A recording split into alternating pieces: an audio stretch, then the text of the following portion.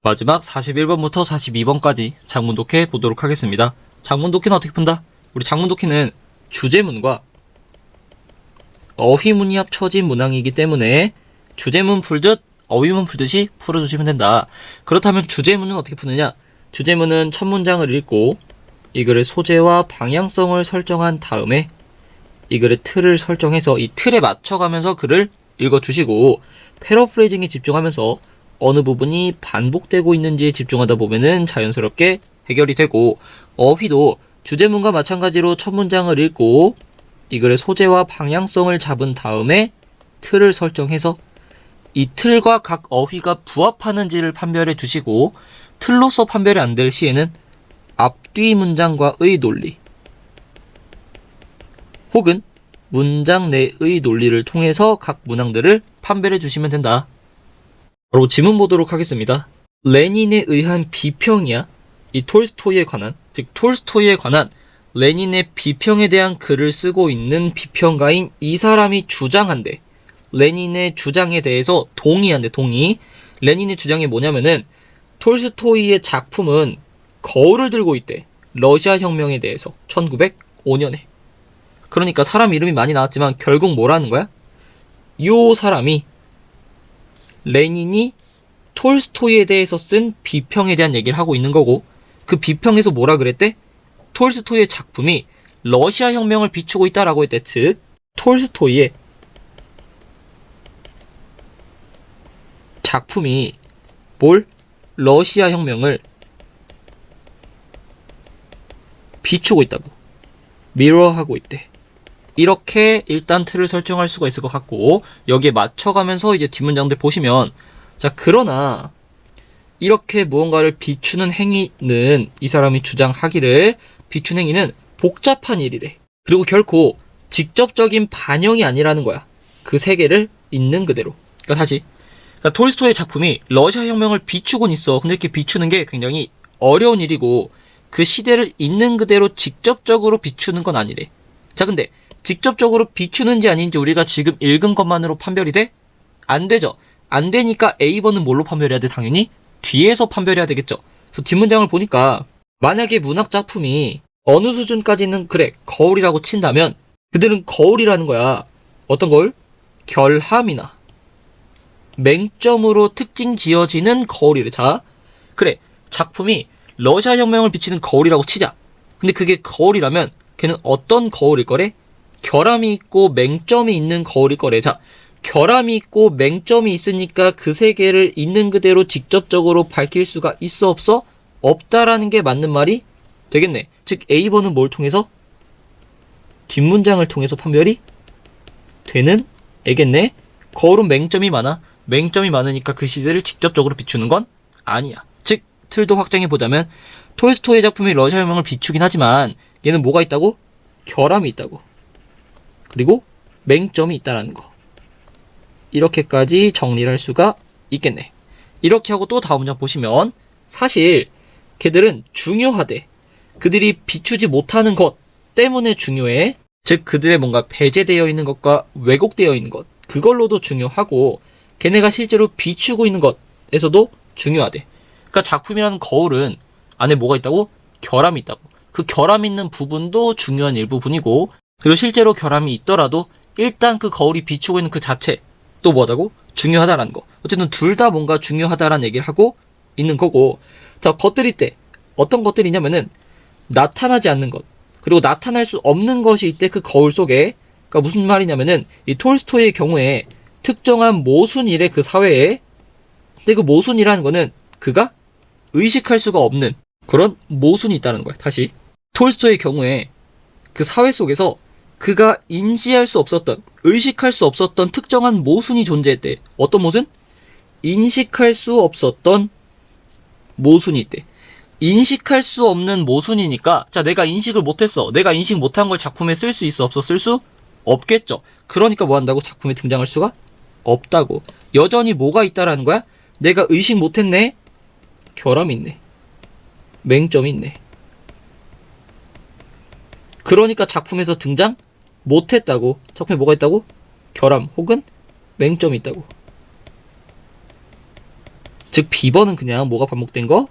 틀이 반복이 된 틀 판별로 할 수가 있겠네. 이렇게 과거를 비추는 작품, 거울은 뭐하다고? 단점이나 맹점이 있다. 비추지 못하는 것이 분명히 존재한다는 거. 계속 반복이 되고 있죠. 또 보시면, 자, 그렇다고 할지라도 거울은 우리가 이러한 부재들을 인지할 수 있게 만들어준대. 그 다음에 따라서 그것은 희미하게라도 present, 나타나고 있다는 거야. 자, 이러한 부재. 앞에서 뭐라 그랬어? 결함이 있고 의식하지 못하고 나타나지 못하는 모순이 있다라고 했으니까 이러한 부재가 맞겠죠. 부재는 뭐니까? 결함. 맹점이니까. 즉 C번도 뭐가 반복된 거? 틀이 반복된 틀 판별로서 판단할 수 있을 것 같고. 자, 근데 계속 말하는 건 뭐야? 우리가 거울로 비추지 못한 결함이나 맹점인 부분도 결국 뭐하다라는 거야? 중요한 부분이라는 말이 계속 반복이 되고 있다는 것도 우리가 알 수가 있겠네. 다음 또 보시면, 자, 그것은 마치 그것이 허락하는 것 같대. 우리가 더 명확하게 보는 걸. 뭐를? 그곳에 없는 걸. 그러니까 오히려 맹점이 있기 때문에 이 부분이 왜 없지 하고 그 부분을 조금 더 명확하게 볼 수가 있대. 자, 또한 이유가 없대 가정할, 뭐라고 가정할 이유가 없냐면은 거울 속에서 우리가 보는 것이 일관된 전체를 형성할 것이다 라고 우리가 가정할 필요도 없대. 즉 거울에 있는 게 전부일 거다 라고 생각할 필요가 없다라는 거지. 거기엔 반드시 뭐가 있다고? 맹점이 있다라니까? 혹은 결함이 있다고.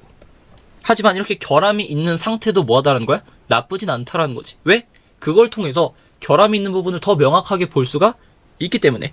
계속 같은 내용이 반복되고 있으니 이쯤에서 이게 주제가 아닐까 하고 뭐 할 수 있겠어? 의심을 하면서 뒤를 조금 더 빠르게 읽을 수가 있겠죠.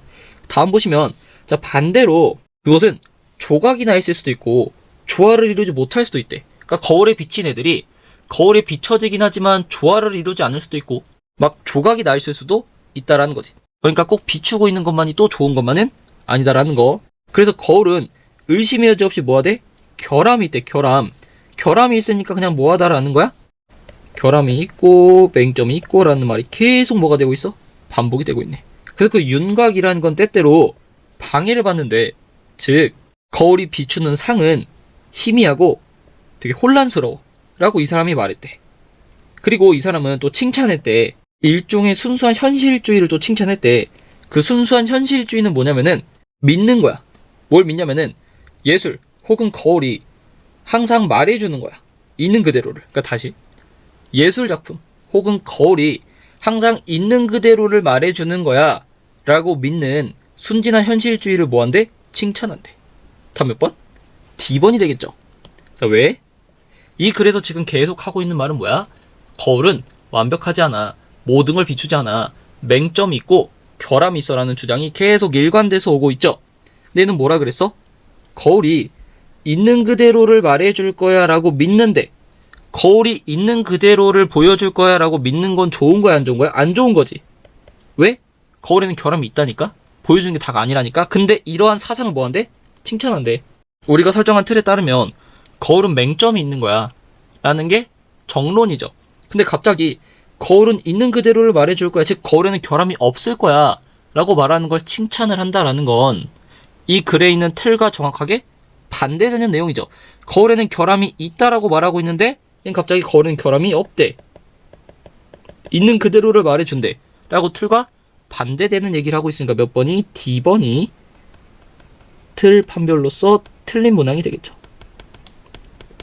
거울은 있는 그대로를 말해줄 거야 라고 하는 그런 순진한 현실주의를 얘는 뭐 해야 돼? 칭찬하는 게 아니라 비난해야겠죠. 혹은 뭐 반박을 해야 되겠죠. 거울은 있는 그대로를 보여주지 않아. 거울은 결함이 있어라고. 그래서 어쨌든 이렇게 어휘 문제를 판별해 주시면 되고, 계속 같은 내용이 결국 반복되고 있으니 이쯤에서는 못해도 뭐 할 수 있어? 주제를 확정을 지을 수가 있었어야 됐겠네. 그래서 마지막만 빠르게 보시면, 그래서 거울은 제공한데 우리한테 현실의 한 버전을 제공해준대. 그러나 거울은 그렇게 제공을 하는 거야. 관점으로부터.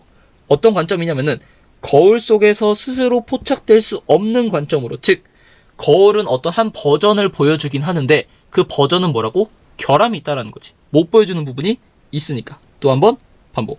그리고 이러한 관점은 우리한테 보이지 않기 때문이래. 우리한테 보이지 않는다.